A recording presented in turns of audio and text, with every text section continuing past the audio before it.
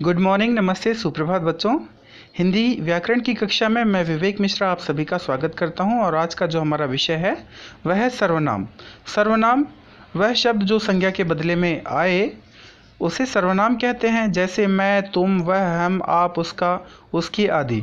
हिंदी के मूल सर्वनाम 11 हैं।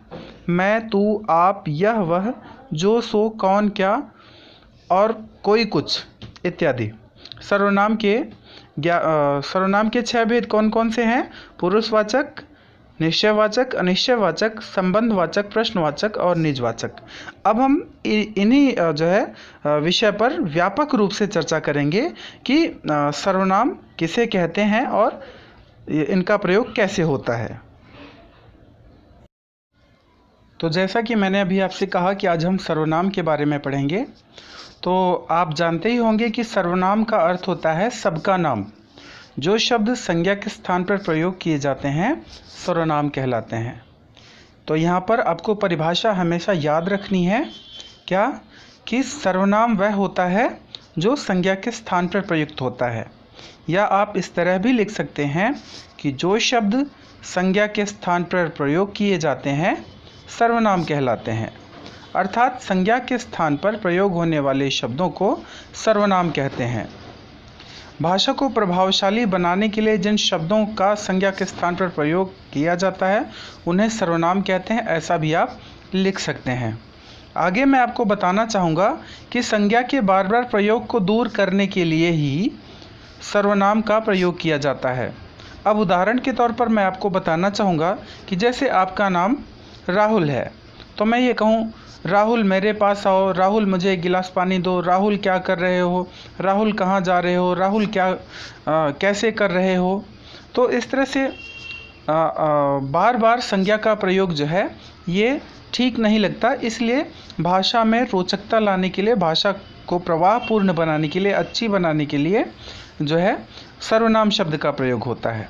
हिंदी में कुल मूल सर्वनाम 11 होते हैं।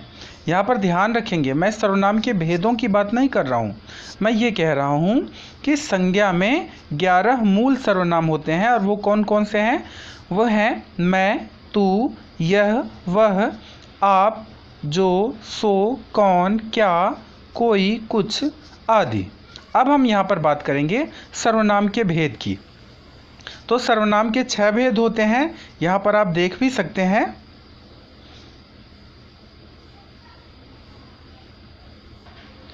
बहुत स्पष्ट तरीके से बताया गया है सर्वनाम के भेद। सर्वनाम के 6 भेद कौन कौन से हैं?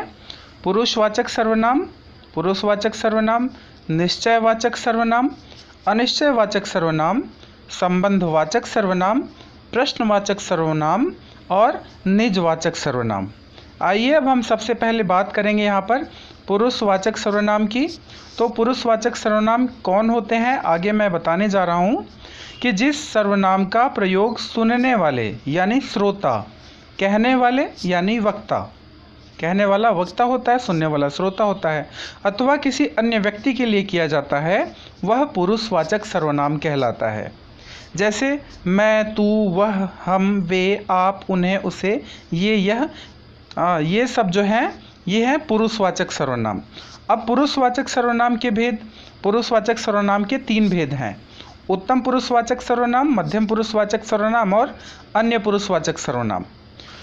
उत्तम पुरुषवाचक सर्वनाम वह होते हैं जिन शब्दों का प्रयोग बोलने वाला खुद के लिए करता है, उसे उत्तम पुरुषवाचक सर्वनाम कहते हैं। जैसे मैं, हम, मुझे, हमारा आदि। मध्यम पुरुषवाचक सर्वनाम जिन शब्दों का प्रयोग बोलने वाला यानी वक्ता सुनने वाले यानी श्रोता के लिए करता है, उसे मध्यम पुरुषवाचक सर्वनाम कहते हैं। जैसे तुम, तू, तुझे, तुम्हारा। ठीक है।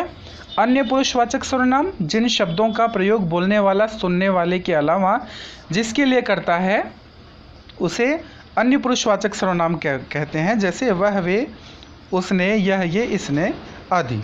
अब बात करेंगे दूसरा निश्चयवाचक सर्वनाम की। तो जिन शब्दों से किसी व्यक्ति, वस्तु अथवा घटना की ओर निश्चयात्मक रूप से संकेत किया जाता है, उसे निश्चयवाचक सर्वनाम कहते हैं। इसे संकेतवाचक सर्वनाम भी कहते हैं। इसमें यह, वे, ये आदि का निश्चय रूप से बोध कराते हैं। जैसे वह मेरा शहर है, यह मेरी कमीज़ है आदि। अब निश्चयवाचक सर्वनाम दो प्रकार के होते हैं, एक होता है निकटवर्ती निश्चयवाचक, दूसरा होता है दूरवर्ती। निकटवर्ती वह होते हैं जो शब्द किसी निकट या पास वाली वस्तुओं का निश्चित रूप से बोध कराएं, उन्हें निकटवर्ती कहते हैं। जैसे यह मेरी पुस्तक है, अब ये जो पुस्तक है यह मेरे पास में है, इस वजह से ये निकटवर्ती है। दूरवर्ती जो शब्द दूर की वस्तुओं के लिए जो है बोध कराती है, जैसे वह मेरी कमीज है, वे अनार हैं, ये दूर हैं, ठीक है, इस वजह से ये दूरवर्ती निश्चयवाचक सर्वनाम कहे जाएंगे। तीसरा है अनिश्चयवाचक सर्वनाम, जिन शब्दों से किसी व्यक्ति वस्तु आदि का निश्चयपूर्वक बोध न हो, वहाँ पर अनिश्चयवाचक सर्वनाम होता है। जैसे कोई, कुछ, कौन, किसे, किसने, किन्हीं को, किन्हीं ने, जौन, तौन, जहाँ, वहाँ आदि। बात करेंगे आगे संबंधवाचक सर्वनाम की।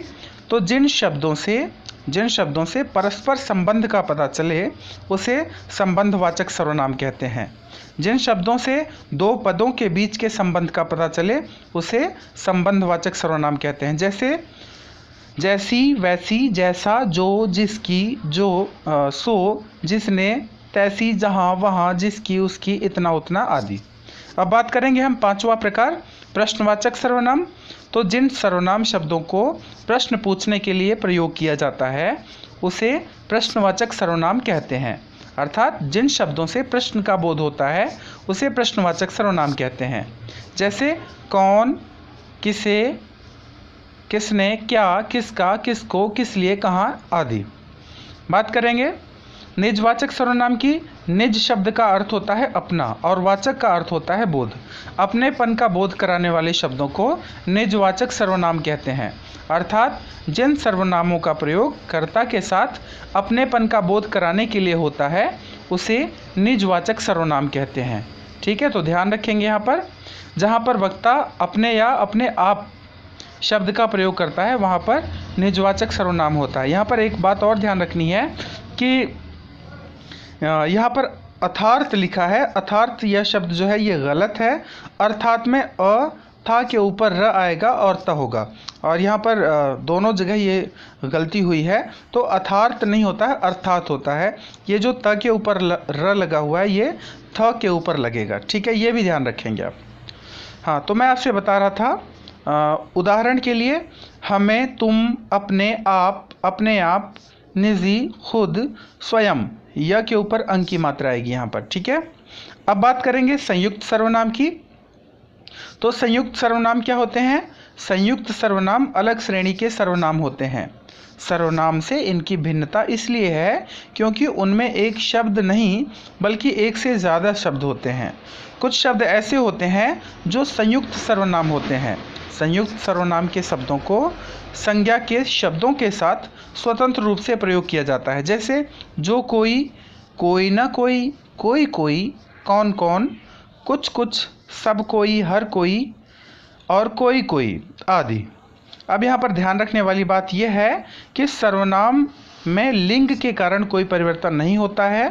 सर्वनाम शब्दों में पुरुष, वचन, कारक आदि के कारण बदलाव होता है।